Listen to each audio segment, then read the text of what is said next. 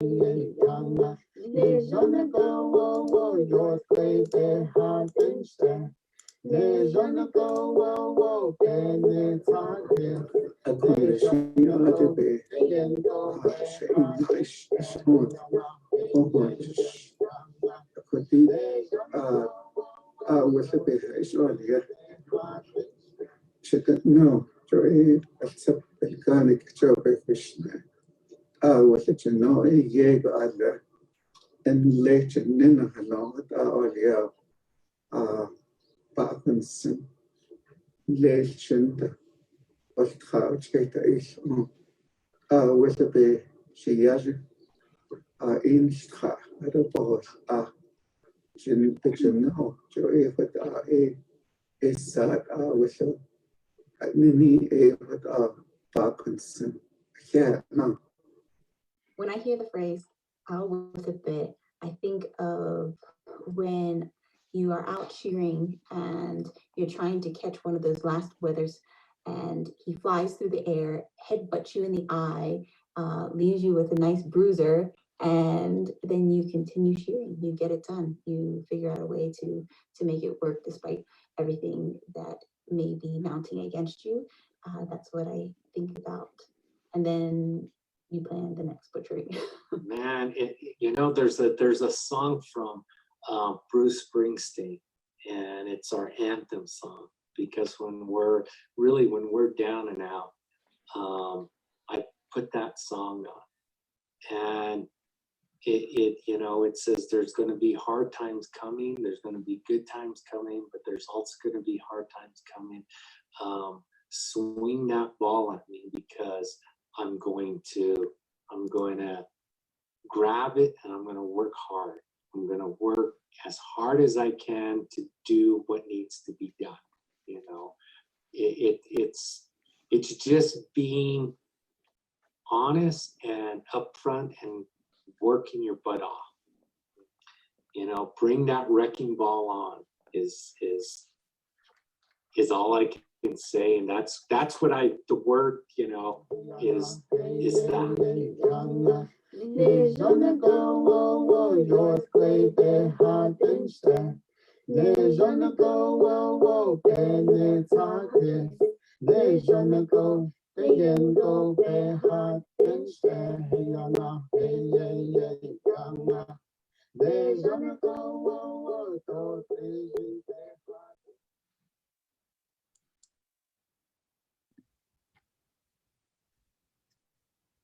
Okay.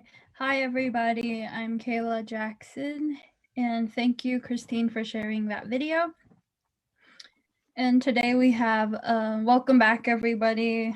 It's our first lecture series, our first Awołí series for this semester and this spring, and we are excited to have Shane Hendren from New Mexico. He's a New Mexico artist. He's well-renowned, world-renowned artisan, 4-time Artist of the Year. I had the privilege to work with him and help him at the Indian market this past March, but now it's probably going to be inevitable to go there again. But I kind of mentored under him, and that's how I got acquainted with him. And he's a good friend of mine, a family friend. And today we have him, and we are going to talk art, ranching, and his philosophy. So Shane, would you like to introduce yourself? Trying to get a closer look at you guys. You're so far away. Like Kayla said, my name is Shane Hendren. I don't really consider myself from anywhere, because I was born in the sky. So I don't belong to the earth, if you look at it that way. So when people say, where are you from? I always tell them, well, I fell from the sky. I'm an angel. And then they don't believe me. But if you know my story, you understand. So my mom is originally from Tohatchi, New Mexico. She currently lives in Chinle, where she's a biology teacher. And I have a brother who lives out there as well. And then I have a brother in Nebraska, a brother in South Dakota, sister in Colorado. And I'm here in New Mexico. We were kind of raised with the belief that you go where the food is. So, If you don't have the resources available to you where you're at, you go out and you find them. So what do you want to know? All right, well, I have a list of questions, pretty lengthy, so I know you're very wordy. I might have to pick and choose certain ones because I know you can talk for days, which is fine. So the All With a Best series, we are interviewing artisans and talking about what their moment is as an artist. What did they have to overcome or challenges as a Navajo artist? How did you proceed in that process? And so the question is, what challenges have you had to overcome as a Navajo artist? Well, I've had every challenge that every other artist has. Where do you get the financing to get started? How do you get into the marketplace? Learning how to, we were just talking a minute ago before this started about how, the market has changed from an in-person market to an online market. And I've been doing this for over 30 years now. And I got kind of used to talking to people. And now it's all moved online. So you have to figure out how to navigate that new environment. But fundamentally, I guess the thing that I'd have to address in answering that question is, it's kind of a weird thing. I had to, at one point, how do I explain this? Native American artists are the only artists that somebody throws a rule book at them to do art, to sell art.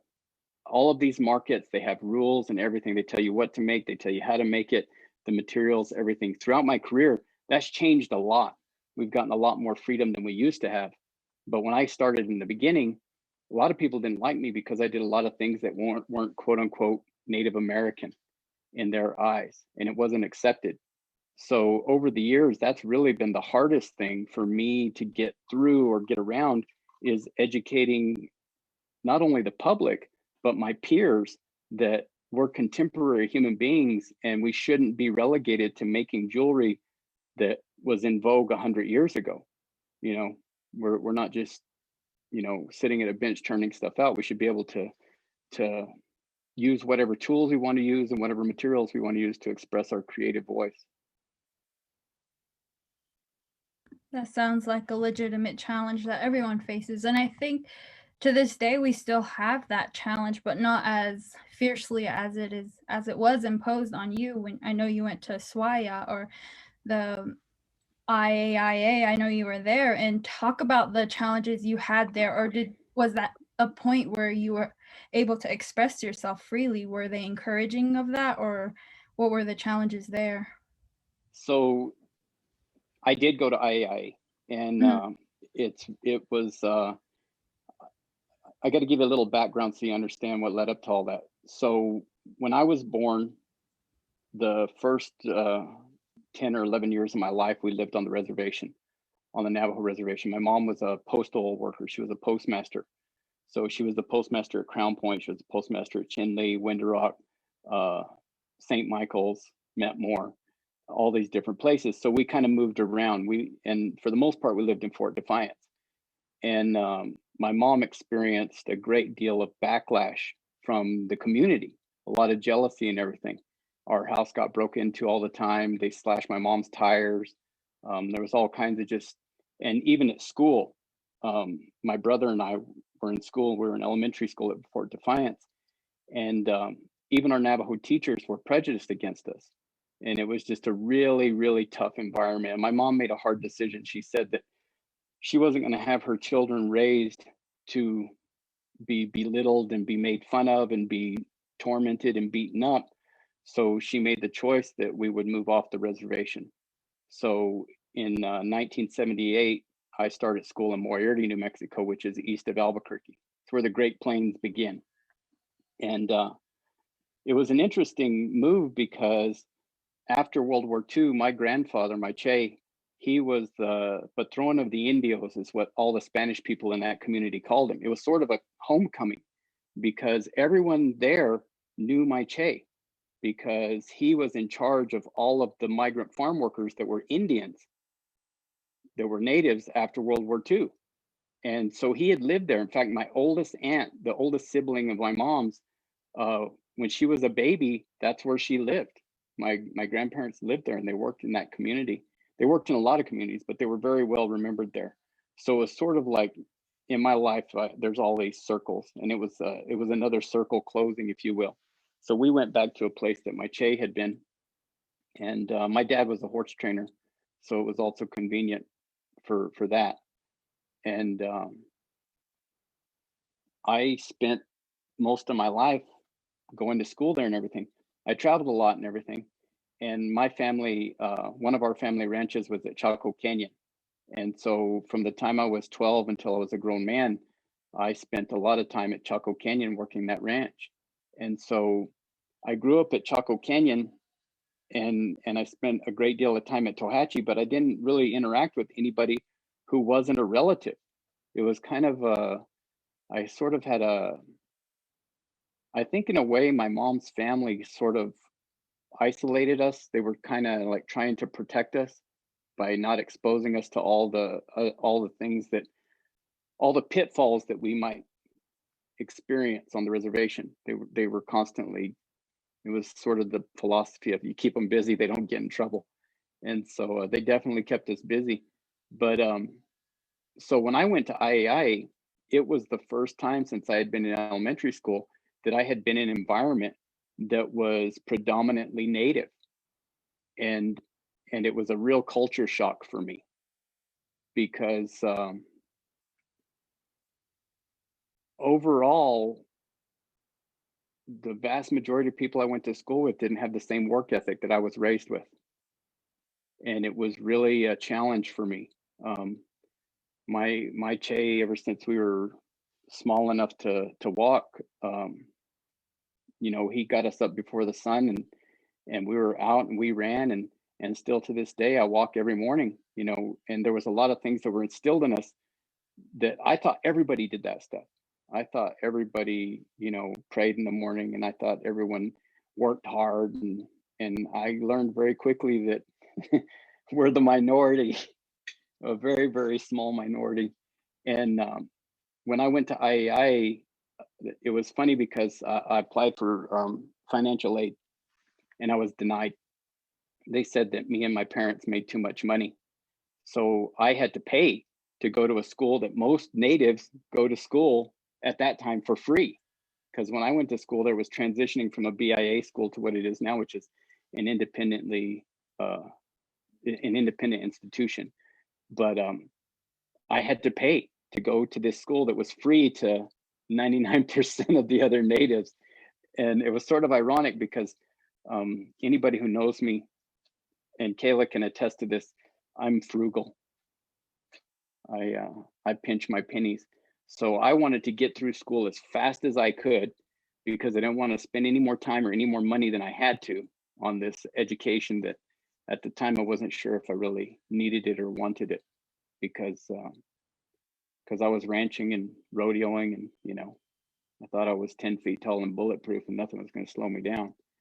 So I was a real culture shock on that level. But one way that I and this is why I recommend any native artist that really is wanting to be serious about being an artist, Santa Fe, whether we like it or not, is still the epicenter of Indian art still today.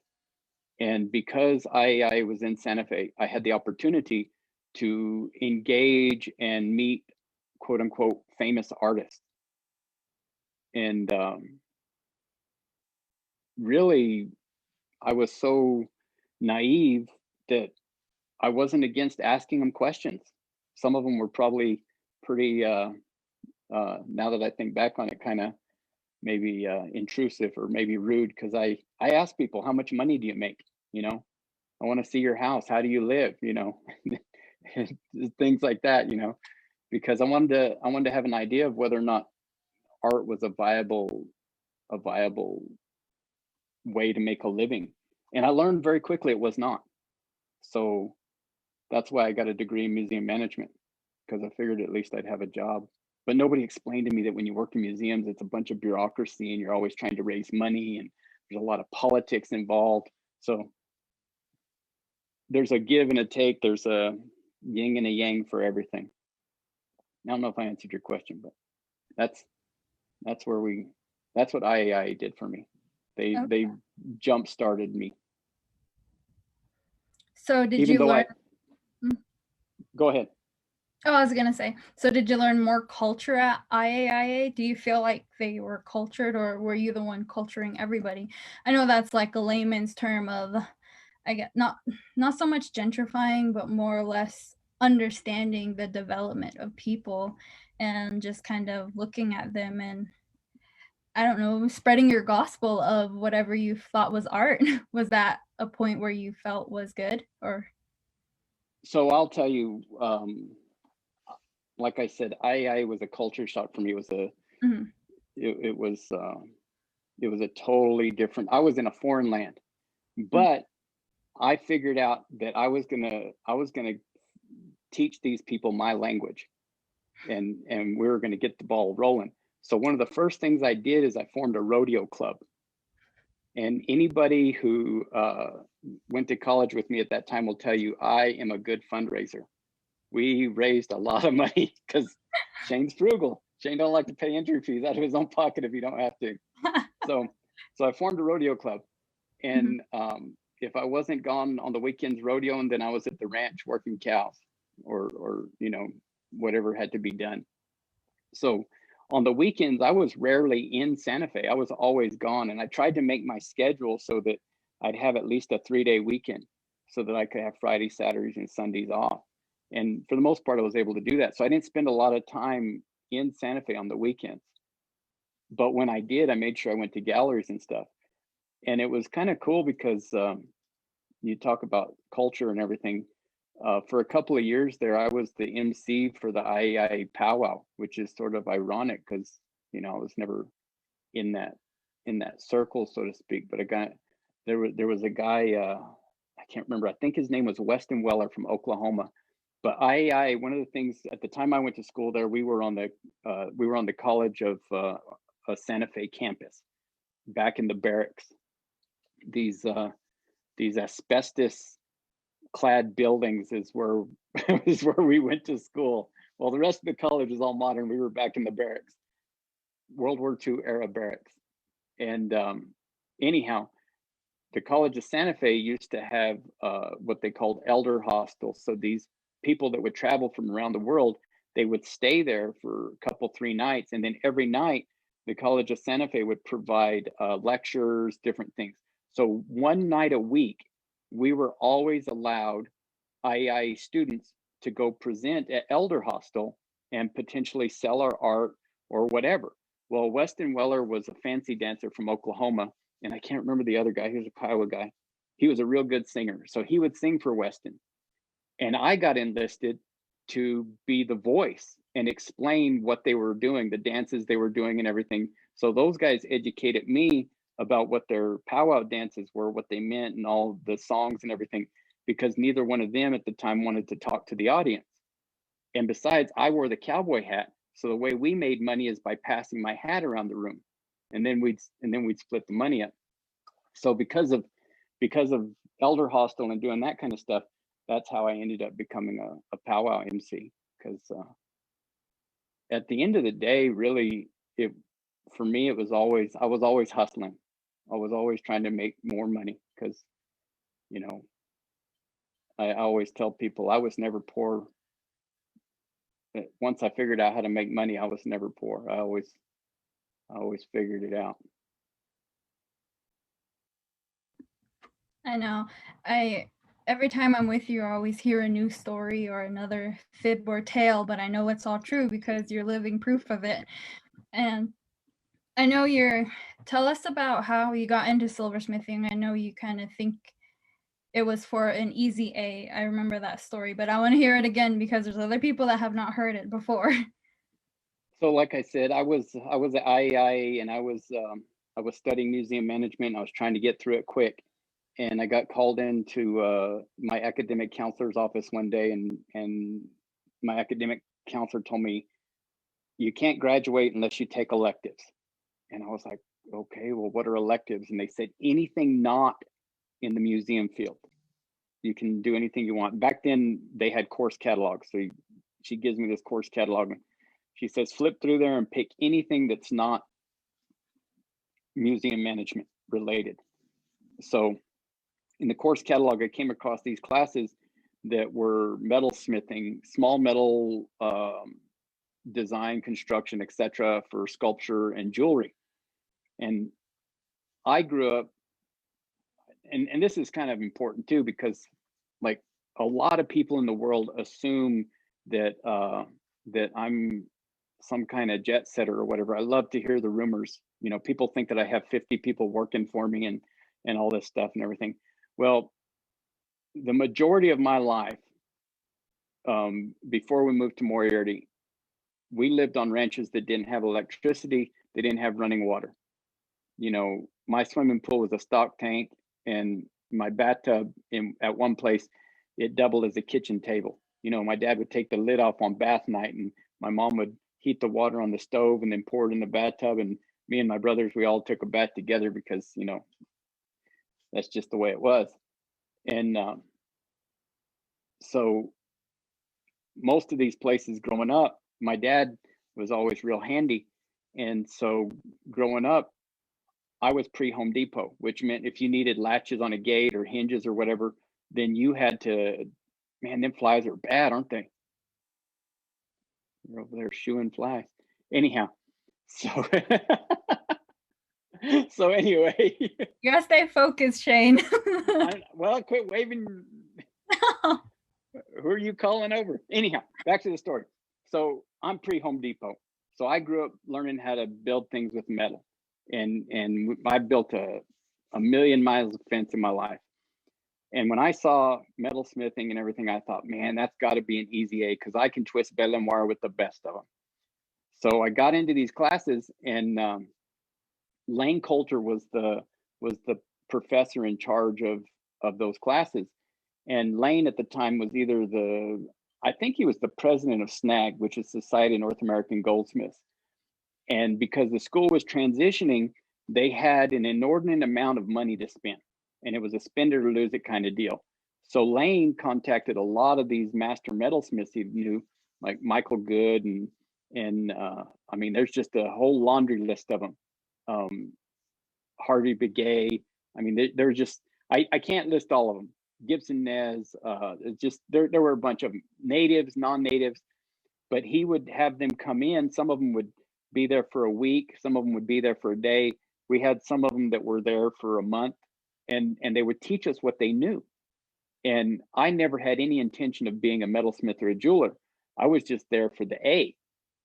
And little did I know I was getting immersed in this knowledge base about metal that, to anybody's knowledge, has never happened before or since, that much information was bestowed upon a group of students. And if you look at my generation of artists that came out of IAIA, I dare anyone to say that we haven't been the most prolific and most successful, especially in the jewelry arts. I mean, you look at my contemporaries, you know, Cody Sanderson, Kenneth Johnson, Lyndon Sosi. I mean, there's a laundry list of people, and not all of them went to IAIA, but we were all within that same, we've all been circling one another, influencing each other, encouraging each other, pushing each other to be better. But that all started by accident at IAIA so that I could get that A. Fortunately for me, when I found out I was going to be a dad, I had to figure out how to make money and get a job. And Gibson Nez had rodeoed with my dad back in the day, and I ran into him one night, and he's like, you know, well, you know how to pound silver, why don't you come to work for me? So I did. And I mean, and then my first wife was a jeweler, and I worked for her initially. And that's just, and I worked for a lot of other jewelers. I worked for a German guy in Santa Fe who taught me channel inlay. So I know how to make really nice Zuni jewelry. It's kind of a long story, but I mean, I did it all. I mean, and I really didn't decide that I was going to be a jeweler until really kind of the mid to late 90s. I mean, I had already been doing it for 5 or 6 years before I decided, you know what, I think I'm going to do this for myself. I'm going to put my name on it. I'm going to put my ideas out there instead of making stuff for other people, making other people's work. So what do you say? Like, I know your work and I know you draw. I've been to your studio and I know that you have wonderful paintings and drawings and sketches, and I know you have that facet of work that you could fall back on, or not just fall back on, but I've seen your work. And explain how your drawings, how they take form into your etching of the silver. So your engraving, your hand engraving. So the thing is my mom says that I was probably like 2 years old. She said I was able to hold a pencil like you were supposed to, and she said I would draw on everything, but I drew things. I drew things that were representative, and so I've always drawn my entire life. And then as my life progressed, I thought everybody could do that. I thought everybody could look at something and then draw a picture of it. So I grew up painting and drawing and everything. And my dad, for a lot of my life, my dad traded on the Navajo reservation. And so it's kind of an interesting thing because one of my most vivid memories is when we lived in Crown Point, New Mexico. My mom was the postmaster and my dad was usually out at the ranch at Star Lake. But when he'd be in town, when he'd come back to town and everything, these guys would always show up at our house because they knew my dad bought art. And so what my dad would do, because he didn't own a trading post, is he would trade with people, and like he might buy jewelry here and then he'd go somewhere else and trade that jewelry for cattle or sheep or something, and then he'd go take and sell them cattle and sheep and get money and then go buy rugs or something. So it's just, he was always swapping things around and all. And so all these guys that rodeoed, they all knew my dad bought art. So whenever they needed entry fees or whatever, they'd show up at the house with paintings and stuff. And my dad would buy them. And then, you know, he'd go to Santa Fe and sell them or whatever. I can remember as a small child seeing these guys come into the house and, you know, hat in hand with their art and everything, having no idea what the actual value of their work was.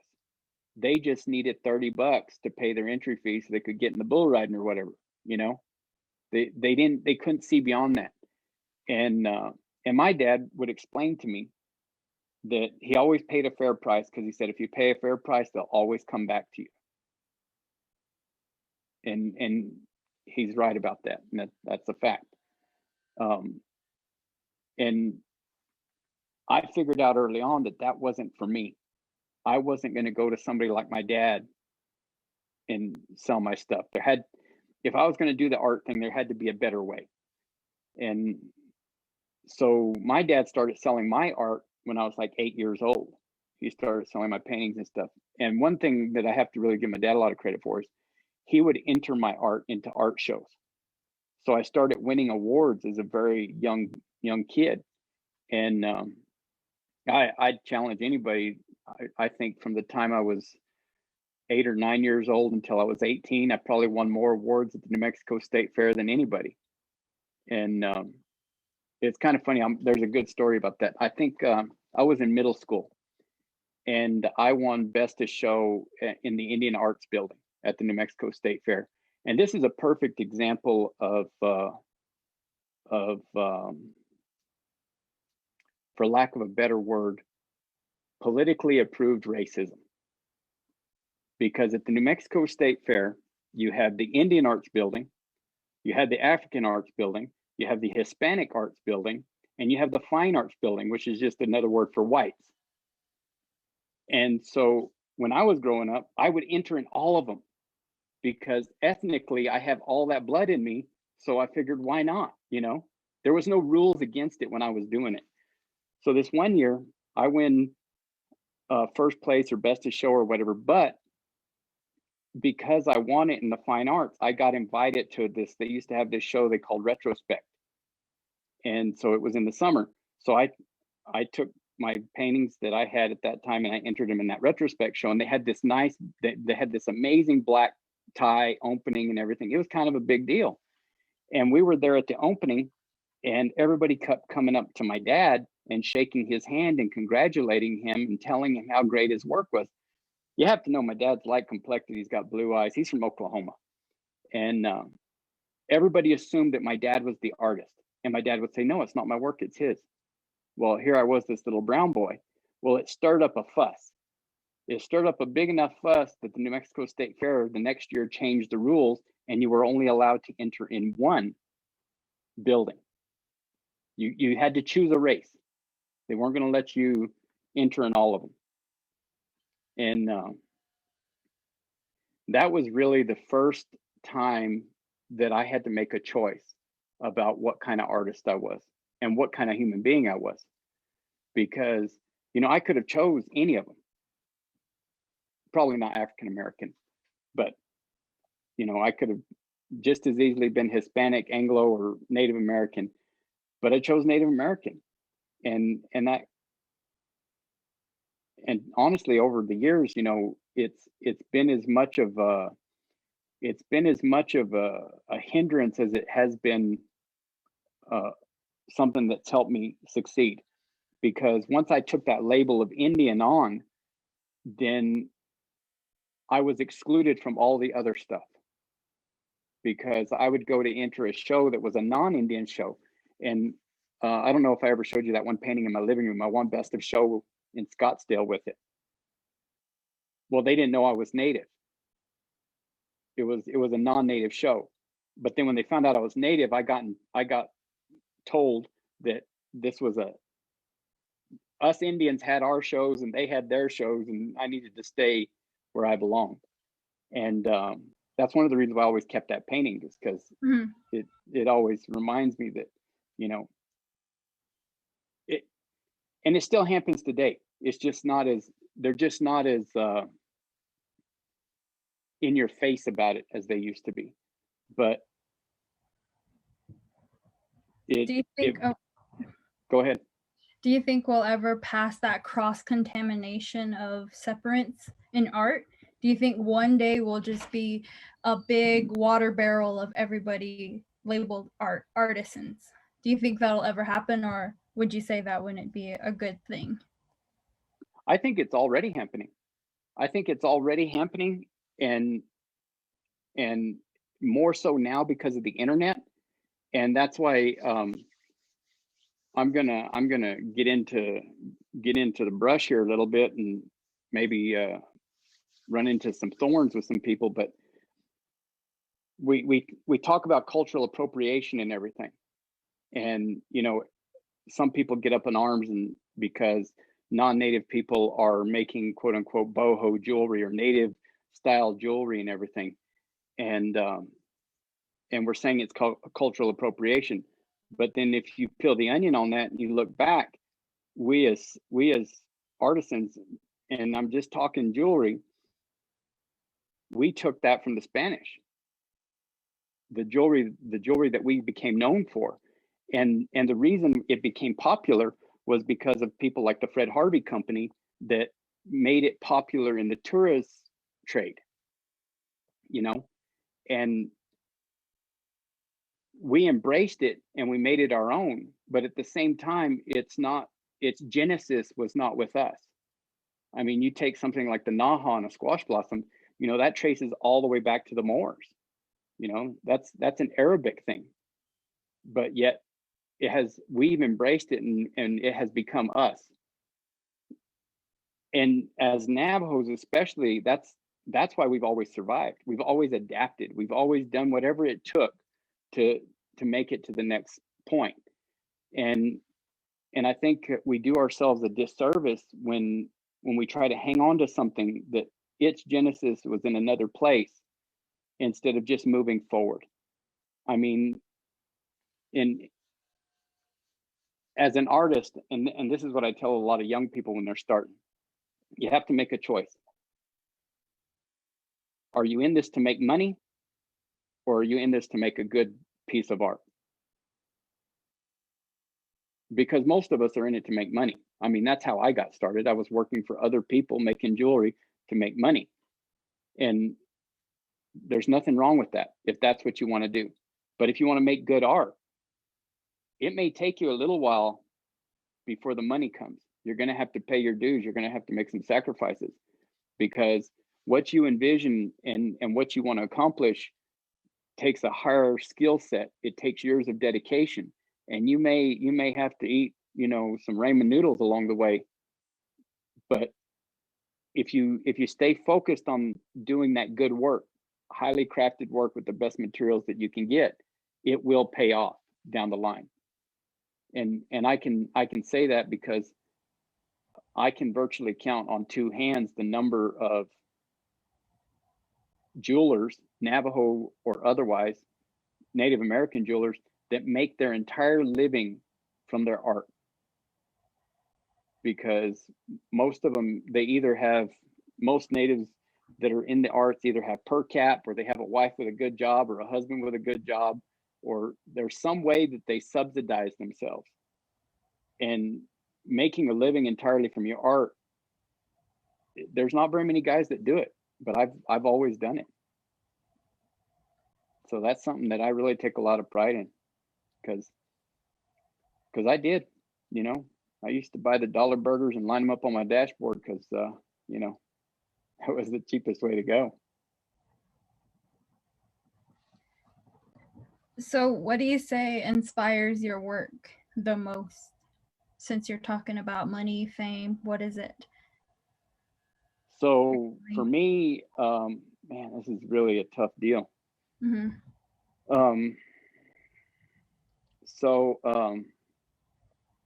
On July 2nd, 2011, we were at the junior high national finals in Gallup, New Mexico. And my my wife at the time, her phone died.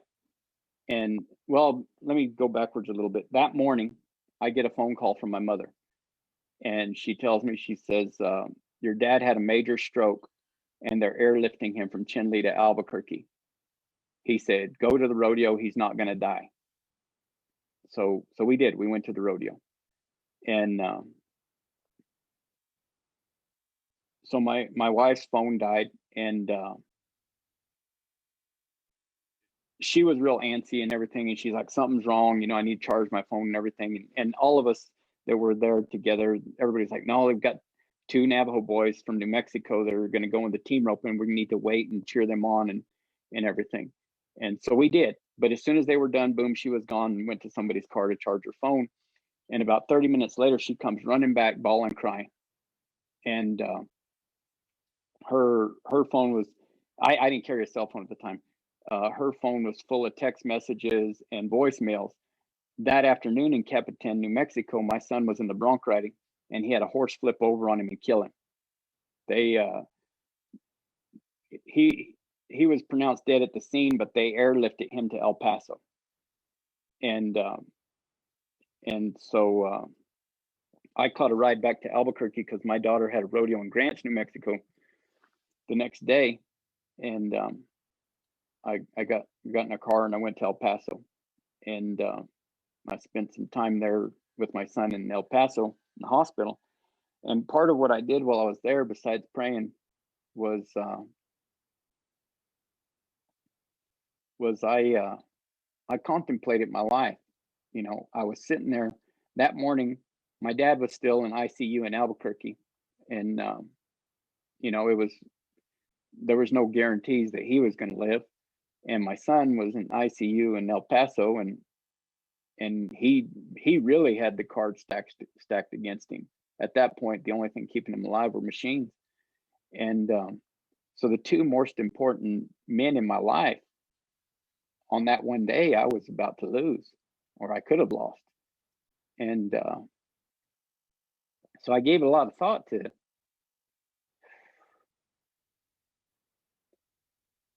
why I did what I did.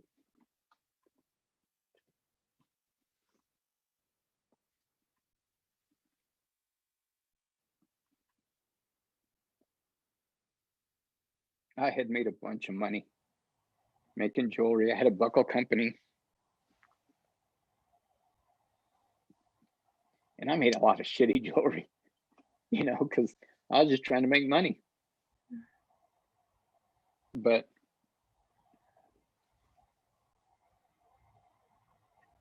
I had to make a decision that day, or I didn't have to make a decision. I did make some decisions. And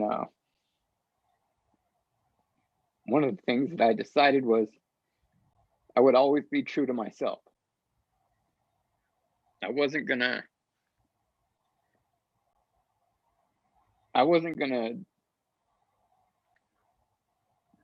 do something because the establishment said I should, or because somebody said we can sell a lot of this or whatever. I was gonna do work that was representative of not only myself, but of all of my ancestors that came before me and all the sacrifices that they made so that I could have this fantastic opportunity, you know, because a lot of people forget that. And I find myself reminding people all the time, we live in the greatest country in the world. It's not perfect, but I guarantee you get up in the morning, you got a chance to do something. And you can't do that everywhere. That's why people are dying every day to get here, because we afford you the opportunity to at least try here. And it's up to you what you make of it. I'm sorry about being emotional and all, but I mean, every time I think about it, it's just like it's right there. But anyhow, so I decided that from that day forward, I wasn't going to make jewelry unless it was what I wanted to make. And I knew that I was taking a gamble, because I knew that, like my engraving, for example, it wasn't well received in the Indian art world. You know, a lot of those quote unquote experts, 90% of them are not native, would say that's not native. And I'd say, well, bullshit. I'm a Navajo cowboy and I did it, so it's as native as it gets, you know. I mean, and I got, you know, blacklisted, and you know, I didn't get to do Santa Fe Indian Market for a few years there because of political BS and everything. And I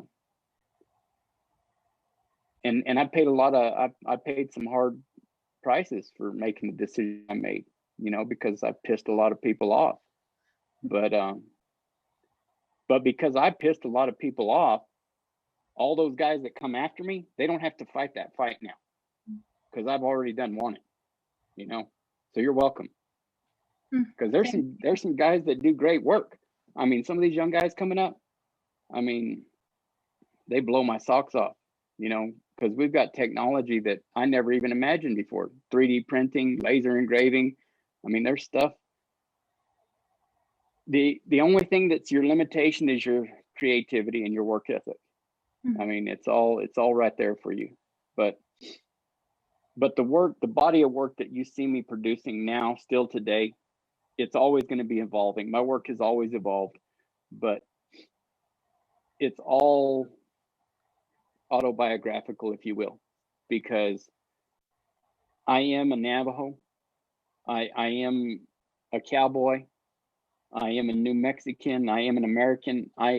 You know, genetically, if you peel the onion on me, everybody who spells their name like me, Hendren, we're all related, because we all go back to two brothers who immigrated from Ireland in the 1600s. So I am a walking embodiment of America. I can't take sides because I'm on all sides. And so I feel like that's what you see in my work. It crosses over. It crosses every boundary, because for me, there are no boundaries. Yeah. You know, I haven't entered the New Mexico State Fair in I don't know how many years, because I refuse to choose which race I am. I shouldn't have to. You know, it's and that's another thing that I tell my kids all the time. If you're not welcome somewhere, don't go there. You know, it's never bow down to somebody else. It's so that's what I do now. I mean, the work I do now is I only do what I want to do. And thankfully people like it, and they're willing to pay a fair price for it. That was very inspiring, Shane. I think that's what drew me to you as a friend, as a mentor, as a father figure, whatever I want to call you. You'll be that. You'll be my friend, a best friend, or whatever. If I want to talk to somebody, you're always there. And I feel like you've lived 20 lives in just this short amount of time that you're here. And we both have faced really hard times this past year, and it kind of shook our world to the core. And now we have that opportunity to learn from it. And you've always encouraged me, don't give up, just keep trying. And whatever you do, do your best and try. And I feel like that's something that has to be told to everybody, not just us included, but to everybody. And don't define yourself into one racist group or just a radical group. You could be anything you want to be. I think that's what kind of shines through my work. I know people now in this day and age, they don't really appreciate the fact that I call myself a cowboy or whatever, the Western lifestyle. It gets hatred from PETA or organic people who just want to suffice on vegetables. And I'm fine with that. And I know you're laughing because you love salad, but you still love steak. But I'm just saying that we don't have to define ourselves with just Navajoism. We can respect it. That's what I always say about my work. I will never showcase the traditional aspects, the cultural aspects that I hold dearly to myself. I will only share what I'm willing to share that is already shared within the Western industry. And that's why I enjoy your work so much, and your ability to adapt and to transform and just to live. And you're living proof of the American dream, whether or not we can be African American, Native American, but at the end of that title, we're always American because we live on this continent that's North America. But that's just me. I might have stepped on somebody's toes, but I'm so thankful that you're here because I know we both agree on something. So what advice would you offer to young Navajo artists who want to be artists in the actuality of the world to your caliber? They're probably not gonna think that this is real advice, but my advice is work your ass off. You know, whatever it is that you want to do, go for it. And I'm not saying that in a way where I'm saying that if you really want to have success, then you have to do the work to get there. It doesn't just get handed to you. I guarantee you ask every single artist who's done this as long as I have, who's had any semblance of success, and they will tell you they have worked their butt off. And that's what it takes. I mean, at the end of the day, you know, get up before the sun and work until after the sun goes down, because that's what it takes. You know, we're living during a glorious time because thanks to the internet, we have the entire world at our fingertips. We can research anything. We can see anything. You know, you can get on YouTube and there's videos that show you how to do anything, you know? So there's really no excuses anymore. You know, if somebody wants to do something, I mean, because when I was starting out, it was really it used to be kind of sad, because if I walked around at a show and I walked up to another jeweler's table, they would kind of like want to cover it up. It's like, don't look at my stuff, you're going to steal my ideas or whatever, you know? And I wasn't looking at it to steal their ideas. I was looking at it in admiration, and I wanted to talk to them as my peers, because that's how I was taught as a child. Growing up, you know, I grew up on ranches, and the way you learned to cowboy was from older cowboys, you know, and that's, there wasn't a school or a book, you know, you couldn't go to cowboy school and learn how to, you know, break Colts 101. I mean, now you can, like I'm saying, it's a whole different world. I mean, you turn on that computer and you can learn how to do anything. But when I was growing up, that's not how you did it. You learned through your peers. And so as a young jeweler, you know, I was trying to go around and look at people's work and ask them questions and trying to learn, but nobody would share nothing. And it really used to get under my skin, because And I told myself early on, I'm not going to be that guy. If somebody wants to know something, I'm going to tell them. And you've seen me at the herd last year. Young jewelers will come up and they'll ask questions, and I talk to them for an hour, and they have this look on their face like, when is he going to shut up? But they wanted to know how to do it, so I told them. And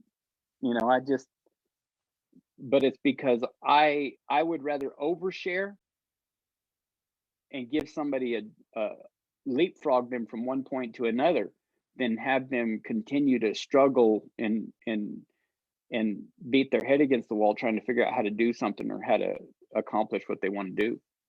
Because that's the family I came from, and that's the environment I came from, and I want to perpetuate that. I wasn't taught to be stingy. I guess we have that in common too. My parents always encouraged me to share everything and to make sure to give more, because in return you will always get that blessing back in tenfold. And I always believed that, so I was like sharing everything, and sometimes it kicked me in the butt, but then I learned from that experience, and you get to apply that the next day that you wake up, if you're God willing, if you're going to wake up. So okay, so now I'm going to ask you a question. How do you explain ta'awuth labeh? What's your definition of ta'awuth labeh?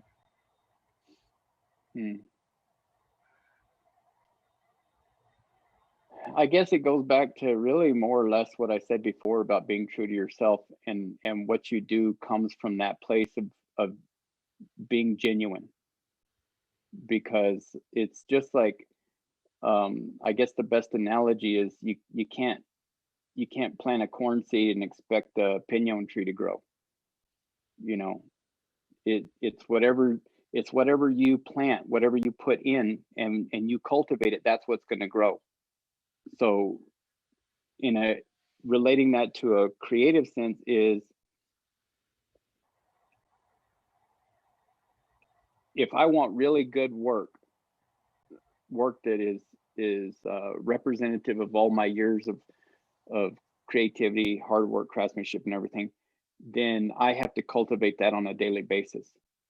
That seed was planted in me as a 2-year-old kid, and over the years, people, they watered that and said, you're good at this, or you're creative, you can draw good, all that stuff. But then at some point, I had to start tending my own garden, as it were. So, it's what you put into it is what you get out of it, like you said before. Mm-hmm. Well, thank you, Shane, for that wonderful talk. I'm just always enamored with what kind of adventurous stories am I going to be told today, and I was expecting a new one, and I did gain a lot from you, and I hope everyone enjoys Shane and look up his website. It's right behind him, Good Marketing. If you ever need good marketing advice, go to Shane Hendren. Like, I learned that Instagram is the gateway to your financial success. It could be a financial burden or success, but it's free, so it's a success. But I know that's how we met, was on Instagram, because I was friends with your beloved son, Cody, and he was a good friend of mine, and I miss him all the time, and not a day goes by not thinking about him. And so I got the next best thing, which is you as a friend now. So I'm thankful and grateful for that. But I know you're very inspiring to any artisan, race, color, background, wherever you come from. Shane's a wonderful person to look up to as a mentor and as a friend, and he's more than willing to be your friend and to give you a good advice, or maybe a whole handful, or maybe an hour's worth of talk. You'll find out. It just depends on how much time he has, but he hardly has any time. But I'm just grateful that you agreed to talk to our students and to the community here around Diné College and just Diné College's community. I'm just thankful that we're able to talk to us. Thank you, Shane. Well, I appreciate the opportunity, and I'm going to be a little bit selfish because 7 days from now we'll be memorializing Cody's 1 year being gone, and one thing I'm proud of, my girls are out in the arena right now roping calves, and they were like, "What do you mean you're going to be on the internet? Who's going to open the chute?" And I've raised my kids and I've always told them, you can do whatever you want to do in life. It's up to you. You only get one go around, so make the most of it. And my son was a cowboy to the core. He did it all, and he's my inspiration now, because it's one of them deals where you don't know what you have until it's gone. And so make sure you hug them tight and tell them you love them, whoever they are, because you just never know. Thank you, Shane, for that. Christine, is there anything else you would like to add? Or No, just thank you guys for once again joining our Tall with the Best series. And to everybody who's watching, and to Shane, thank you so much for all of your input. It's just wonderful listening to Navajo artists and artists in general, working through the business, because that's ultimately what it's a type of game, and you have to find out what your end game is and what you desire. So I appreciate that. It's good to hear. And for everybody who's watching and everybody who's in our Zoom room, don't forget to take a survey. Let us know what you thought about today's lecture and conversation between Shane and Kayla. And we will be back in 2 weeks with Peterson Yazi to discuss his trials and tribulations and ultimately successes as a painter. So we really look forward to that as well. So Shane, thank you so much for joining us today, and we hope that everybody has a great Wednesday and just keep trucking along. Well, thank you guys. I really appreciate it. It was a great opportunity, and I hope that somebody gets something good out of it, because that's all we can do is support, encourage, and help one another to get to the next level. That's what it's all about at the end of the day. Help somebody along their journey.